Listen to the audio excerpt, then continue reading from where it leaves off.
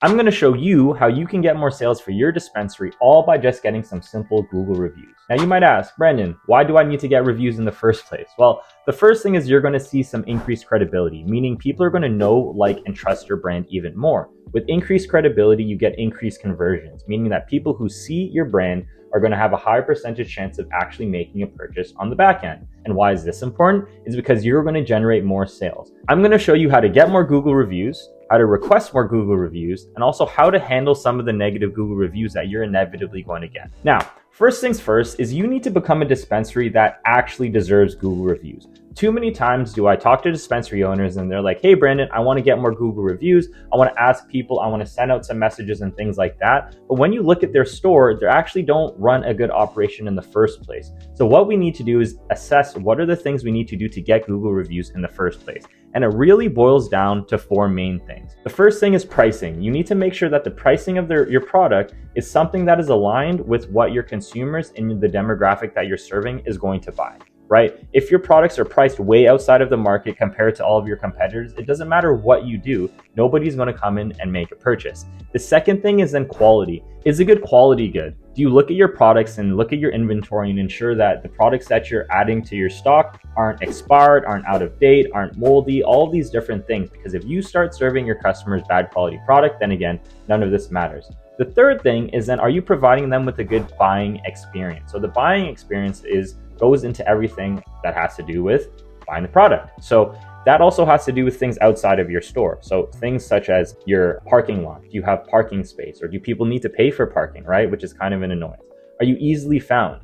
Can you purchase things online? Do you have a wide variety of products, right? All of these things tie into the good buying experience of what your customers like. When people walk into your store, do they like the atmosphere? Do they like the vibes? Do they like everything that you have going on? Or is it just like a, hey, how's it going? You look like you're the standard shady dispensary that, just like looks at people's IDs, tells people to come in and come back out. You need to provide people with a good buying experience, and that applies both online and for offline as well. The fourth thing is a good customer experience. So if you go and look at your Google reviews, the majority of Google reviews will say, hey, John, Sarah really helped me out. I really love the stuff that they were doing, and I really appreciate all the work that they put into making my experience a little bit better. The customer experience also goes to the phone, how you handle emails, how you handle live chat, right? If your bud tenders aren't the people that are providing the good customer experience, again, you're not going to be a dispensary that's deserving of getting reviews itself. What this looks like is you need to make sure you have a good product, you need to make sure you have a good pricing, you need to make sure you have a good customer experience, and then you also need to make sure you have a good buying experience as well. So once you're good enough, we need to put some gas on the fire. So there's two categories of how we're going to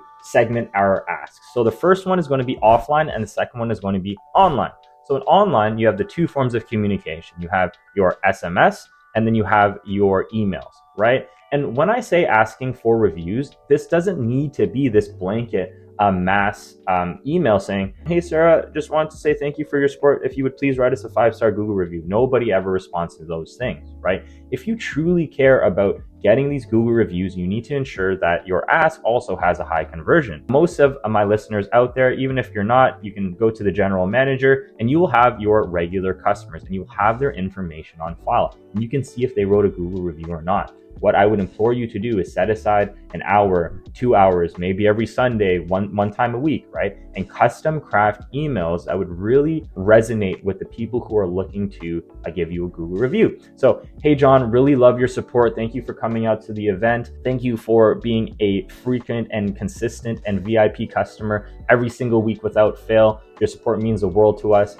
Just wanted to ask you for a very, very quick favor. If you do really love our business, it would mean a lot if you can write us a 5-star Google review. Because what this will do is it will then allow us to be able to provide more customers such as yourself with a world-class experience. So doing something like that, it adds more of a personable feel than a, hey, can you give me a 5-star review, right? Because nobody wants to do that, right? And you need to ensure, and this is a little hack, if you write the word because, people are more inclined to do the thing. Essentially, what that looks like is when you add customized messages for your clients and for your customers, right? They will be more inclined to write a better Google review. So instead of sending out a mass 500 emails saying, hey, can you write me a 5-star Google review? You say, hey, and then provide custom emails. And if you send out 10, 15, 20 of these custom emails every single week, believe me, you're going to see an even greater increase of your reviews compared to your competitors. Because what's going to happen is that if you see your business has 2, 3, 4, 5 times reviews of your competitors, who do you think are going to come in and purchase?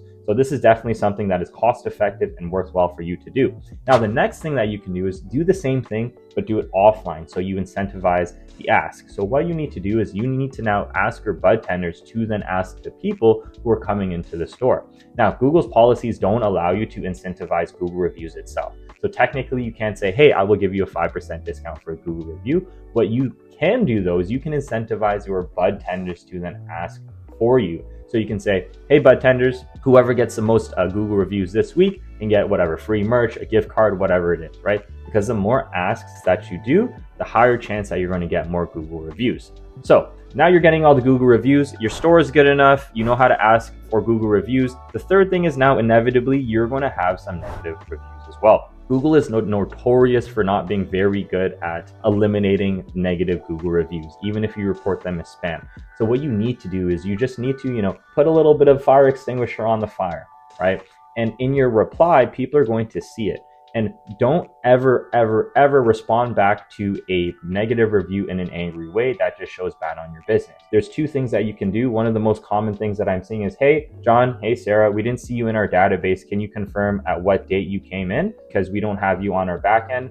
And we just want to make sure that your experience was as good as possible. And what you do there is you automatically put doubt on the review itself, and obviously do this in an ethical way, because everyone knows that people get competitors and negative reviews and spam from everywhere else. So what you do is you say, hey, prove to me that you're an actual customer of me to say, hey, you are allowed to write this Google review. Now, if you get a genuine review that says, hey, this price super expensive, or this quality was really bad, or something along those lines of pricing, you can say things like, hey, John, we want to ensure that we always try and keep our prices as affordable to our customers as possible, which is why we have a price matching program. I'm not sure if you knew about this already, but feel free to come in and show us the product from another store. We'll definitely match it by 5% or something like that, right?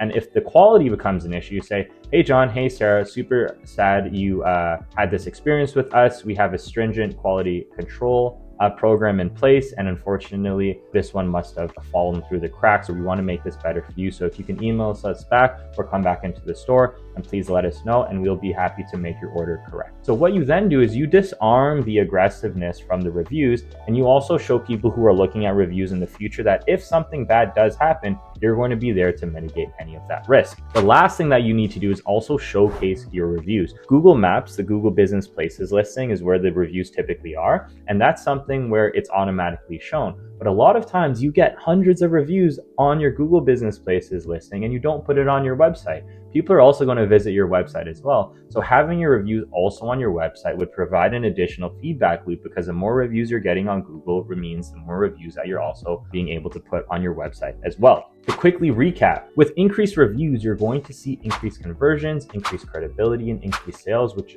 are the things that you're always going to want to have. And like I said, this is probably one of the most cost-effective, if not the cost-effective method, because you can stack reviews over time, and this is something that you're going to want to keep on building and building and building. In order to get these reviews, you need to become the dispensary that deserves the reviews, right? So the 4 things, like I said, good pricing, good quality product, good buying experience, and good customer experience. Those are the 4 things that you're going to want to focus on if you want to be the dispensary that deserves the reviews. Then it goes into the ask. You can ask by email, ask by SMS, and ask your bud tenders to ask in person.